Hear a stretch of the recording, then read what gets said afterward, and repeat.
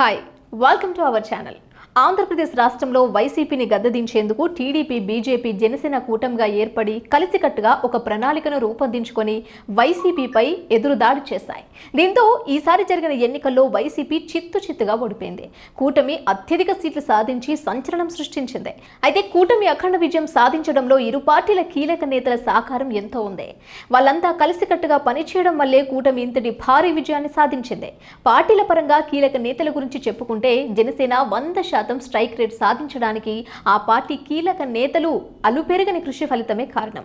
జనసేన కోసం ఎందరో నేతలు, కార్యకర్తలు ఎంతో కష్టపడి పనిచేశారు. అందులోనూ పార్టీ అధినేత పవన్ కళ్యాణ్ పిఠాపురం నుంచి పోటీ చేస్తున్నప్పుడు అనేక మంది ఆయనకు అండగా నిలిచారు. అందులో పవన్ కళ్యాణ్ సోదరుడు నాగబాబు కూడా ఒకరు. నిజం చెప్పాలంటే నాగబాబు పార్టీలో కీలక భూమిక పోషించారు. మెగాస్టార్ అభిమానులందరినీ ఎన్నికల వేళ ఒకటి చేయగలిగారు.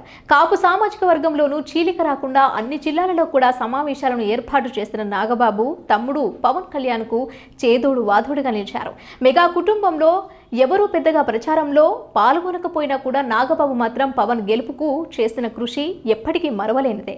అయితే గత 2019 ఎన్నికల్లో నరసాపురం పార్లమెంటు నుంచి జనసేన తరపున పోటీ చేసిన నాగబాబు ఓటమి పాలయ్యారు. ఆ తర్వాత 2024లో జరిగిన ఎన్నికల్లో ఆయన ప్రత్యక్ష ఎన్నికలకు దూరంగా ఉన్నారు. పవన్ కళ్యాణ్ గెలుపు కోసమే ఆయన కృషి చేశారు. పిఠాపురంలోనే ఉంటూ పవన్ కళ్యాణ్కు అత్యధిక మెజారిటీ వచ్చేలా నాగబాబు చేసిన కృషికి జనసేన నేతలు కూడా ప్రశంసలు అందించారు.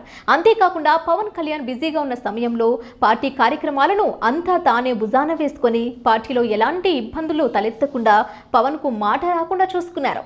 ఇలా కూటమి అధికారంలోకి రావడానికి నాగబాబు తన వంతు సాయం చేశారు. అయితే కూటమి అధికారంలోకి రావడంతో ఇరు పార్టీల కోసం కష్టపడిన నాయకులు నామినేటెడ్ పదవుల కోసం ఆశగా ఎదురు చూస్తున్నారు.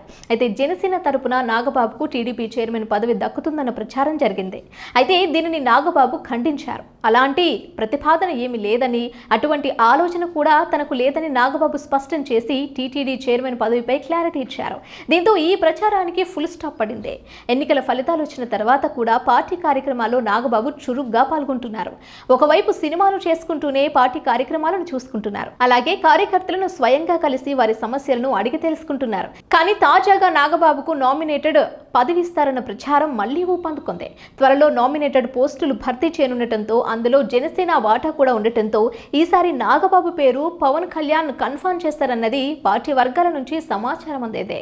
తన అన్నకు నామినేటెడ్ పోస్ట్ ఇస్తే తనకు తోడుగా ఉంటారని పవన్ భావిస్తున్నారట. అందుకోసమే నాగబాబుకు ఒక కీలక పదవిని రిజర్వ్ చేస్తున్నట్లు పార్టీ వర్గాల నుంచి సమాచారం. నాగబాబుకు ఎంతో ఇష్టమైన ఫిలిం డెవలప్మెంట్ కార్పొరేషన్ చైర్మన్ గా నాగబాబును నియమించే అవకాశాలున్నాయని సమాచారం.